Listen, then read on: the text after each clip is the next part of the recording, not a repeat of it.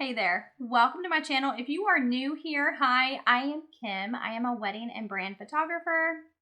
Today, I am going to be sharing my thoughts and a review about the Canon R6. So I have had it for about 3 months now, and honestly, I haven't even touched my 5D Mark IV since I pulled it out just to film this video. The number one reason I wanted to upgrade my camera, honestly, I liked the Mark IV.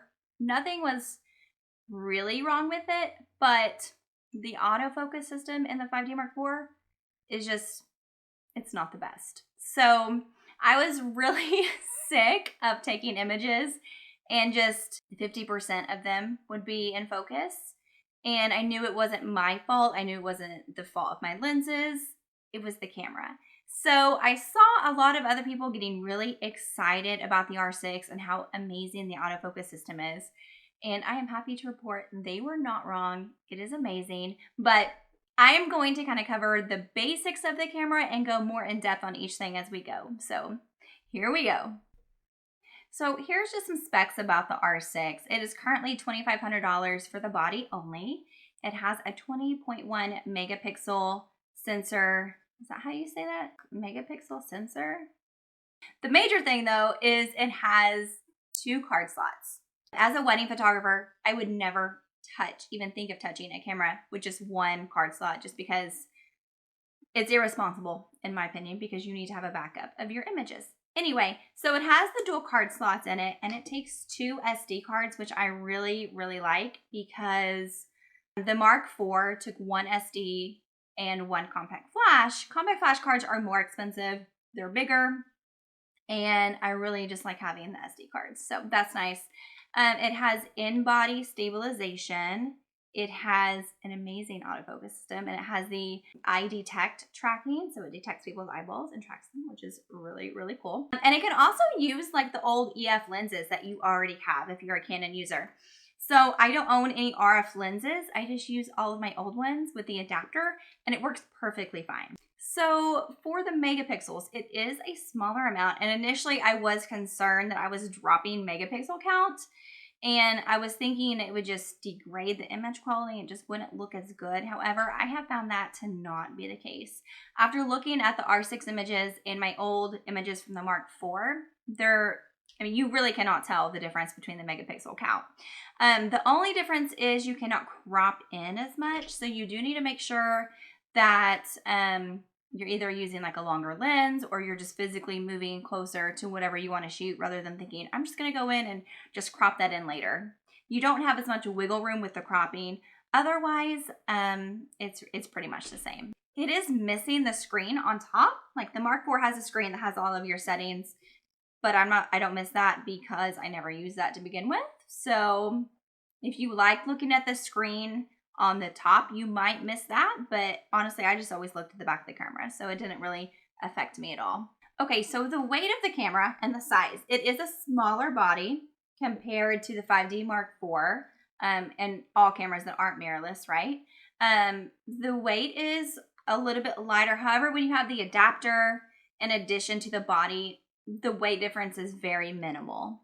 I was also concerned about the battery life before I switched, so I heard people talking about how it just eats up so many batteries, and it really doesn't if you do a couple things. So first off, the R6 has both Wi-Fi and Bluetooth. So what you want to do is go through your settings and turn it on to airplane mode. So I'm sure you're familiar with that with your phone and your laptop. Airplane mode just turns off all of the connectivity.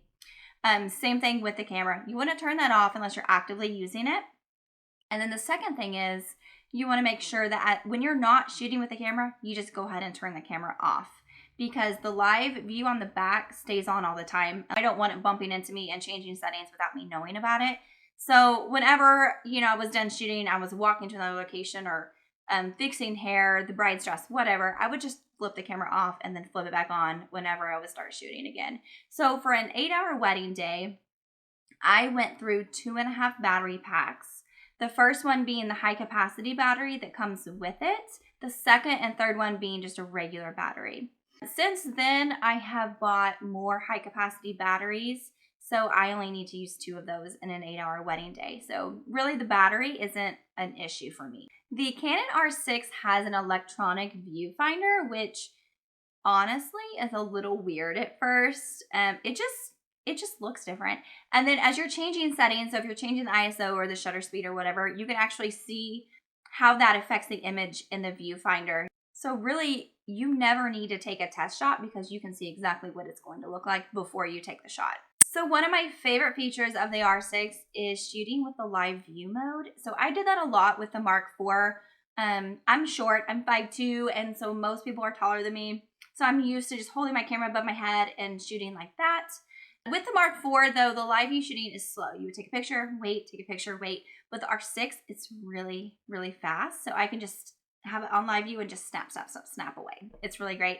Also, the R6 has the articulating screen. So the screen comes out, swivels, pops back into place like that. So when you are shooting in live view mode, you can hold it above your head and then tilt the screen down so you can still see what you're shooting. With the Mark IV, it doesn't do that. It's just in place, and so you're kind of guessing at what you're aiming at when you do it sometimes. So now what I'm really excited to share about is the autofocus system in the R6. I have never before been to a wedding where most of the images are tack sharp when I get home. Literally, the R6 doesn't miss a shot. It is just, it's amazing. The settings that I use on the R6, I most often use the eye tracking on mine. I find it does a really great job. It finds the person's face, finds their eyeball, and locks focus on that. So when your subjects, let's say they're walking towards you, it's continuously focusing right on their eyeball as you're taking their picture. And walking shots are a breeze. Now, dancing shots, I mean, it is so, so nice. I am just so excited about this autofocus system in the R6. I'm just blown away. This is why I wanted to upgrade cameras, and I'm really, really happy I did just because of the autofocus. I can also shoot wide open on my lenses now without fear of soft images. They are going to be sharp every single time. And this also saves me time. You know, before I would take like 10 pictures of the same pose just to make sure that I had it. And now I can take one picture, know that I have it. And when I come back to my computer later after a wedding and I cull the images, I don't have to go through thousands and thousands of images that are just the same, just very, you know, repetitive over and over of the same pose. Now I can go through a wedding and cull it so much faster. I do turn off the eye tracking when I'm shooting detail images because I want to shoot that with like the one point autofocus. What is it called? I don't know what it's called technically, but I'm going to research that and I'm going to put it in the video if I mess that up. So anyway, I know what I'm talking about. I promise, guys. Anyway, I turn that off and I shoot with just the one shot. I think it's one shot mode. I don't know. I'm going to look that up later.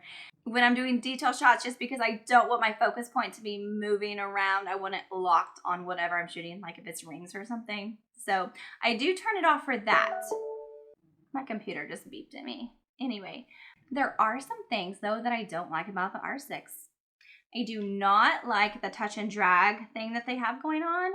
So, you know, before you would move your autofocus point with the joystick, right?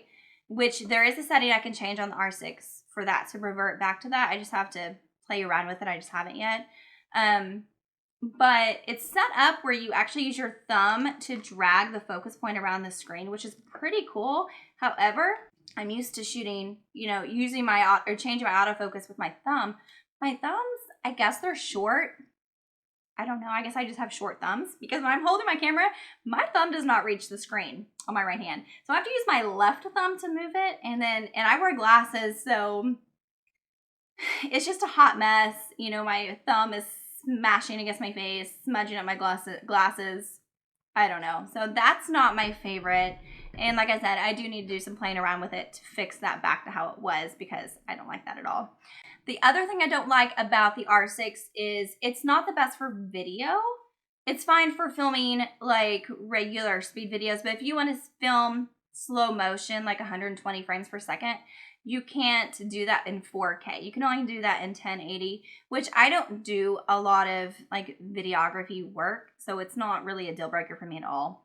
But if you are a filmmaker, you definitely want to look at the R5 instead of the R6. But other than that, the R6 works perfectly for what I need it to work for, which is primarily wedding photography. So if you are thinking about upgrading your camera and you have some more questions about it, you can always leave a comment below and I'll get back to you. If you found this video helpful at all, make sure you click the thumbs up button and consider subscribing for more videos like this, and I'll see you next time.